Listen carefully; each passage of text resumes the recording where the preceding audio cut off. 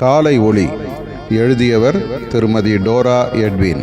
பூமியின் எல்லா இடங்களிலும் இருந்து துதி ஸ்தோத்திரங்களும் ஜெபங்களும் விண்ணப்பங்களும் பெருமூச்சின் சத்தமும் என் காதுகளில் விழுகின்றன.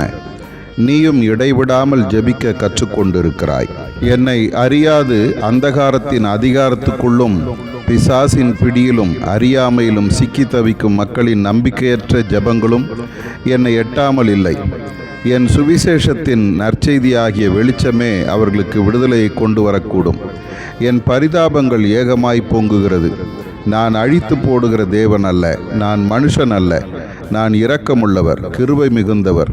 நான் காப்பாற்றுகிறவர், ரட்சிக்கிறவர், நீதி நியாயம் நிறைந்தவர். ஆனால் கிருபை இரக்கமுள்ளவர். எழுந்திரு, ராத்திரியிலே முதற் சாமத்தில் கூப்பிடு. ஆண்டவரின் சமூகத்தில் உன் இருதயத்தை தண்ணீரைப் போல ஊற்றிவிடு.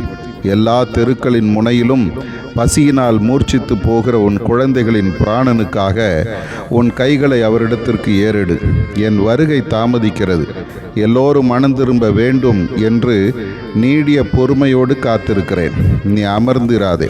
உன் சொந்த குடும்பத்தினர், உன் அண்டை அயலகத்தார், உன் திருச்சபை மக்கள், உன் தெருவில் வசிப்பவர்கள், உன்னோடு வேலை செய்பவர்கள், இன்னும் நீ கண்ணால் காண்கிற ஒவ்வொருவருக்காகவும் ஜெபம் பண்ணு.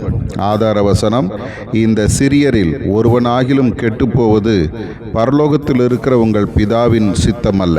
மத்தேயு 18:14.